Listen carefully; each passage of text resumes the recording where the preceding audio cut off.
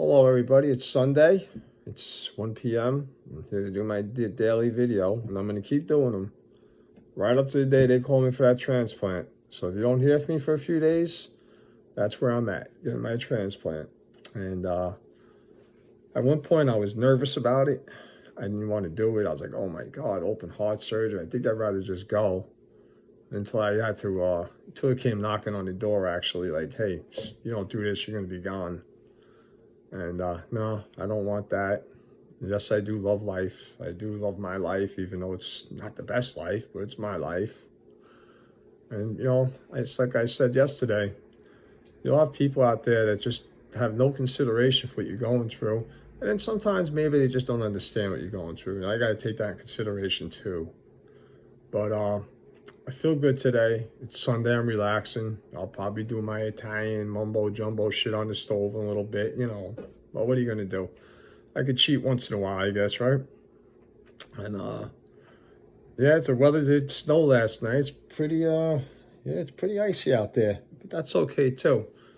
Because nothing like that bothers me anymore. Snow, sun, rain. It's all part of life. It's all part of every one of our lives, actually. And I'm just very grateful, man. I can't be so grateful, just to be able to wake up today and put my feet on the ground. And I found a couple more groups to post these videos on, especially for my hometown. And I've been getting a lot of responses. It's amazing, like how many people remember you, especially after 40 years of not being there. People are good. People are good. I had a whole different outlook on people. I used to always walk around, I don't trust nobody. Everybody sucks. Fuck them. I don't look at it that way anymore. And, if I'm not sitting well in somebody's life, I just keep it moving.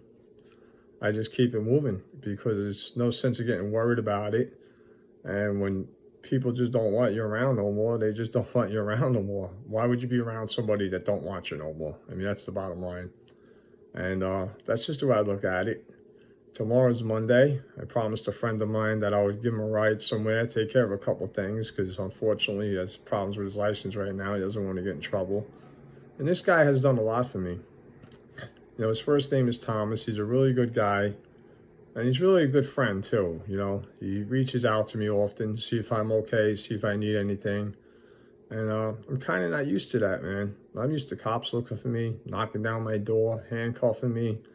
I haven't been in trouble in about 20 years, thank God. That shit was getting old, Every time I turned around, they were looking for me. But that's the lifestyle that, I was out there doing the wrong thing. I got involved with narcotics at a very young age. I never got involved with alcohol, though. And I can't figure that out. Maybe it's because my mother was an alcoholic, or maybe I shouldn't say that about my mother. Maybe I should say, my mother drank a lot. Drank enough where it used to bother me. Drank enough where it affected my life to the point where I wanted to run from it. So I started getting involved in my own little thing about 13, 14 years old. And I thought I found my new love. Like, this is it for me. This makes me feel good. This takes me out of myself. And recently, about 9, 10 years ago, I quit doing a lot of it. And quit smoking cigarettes, which that wasn't easy, but I knew it had to be done. And I only did that last year. I think May 4th of a year.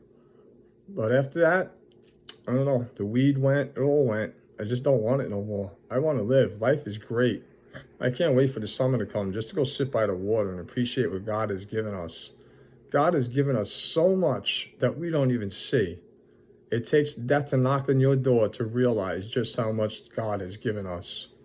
Now, I don't judge anybody for their religion or anything. My thing is, if you pray to God, you pray to God. I don't care how you do it, where you do it, who you do it with, as long as you're praying to God. And if you don't believe in God, there's a thing called good, orderly direction. G-O-D, good, orderly direction.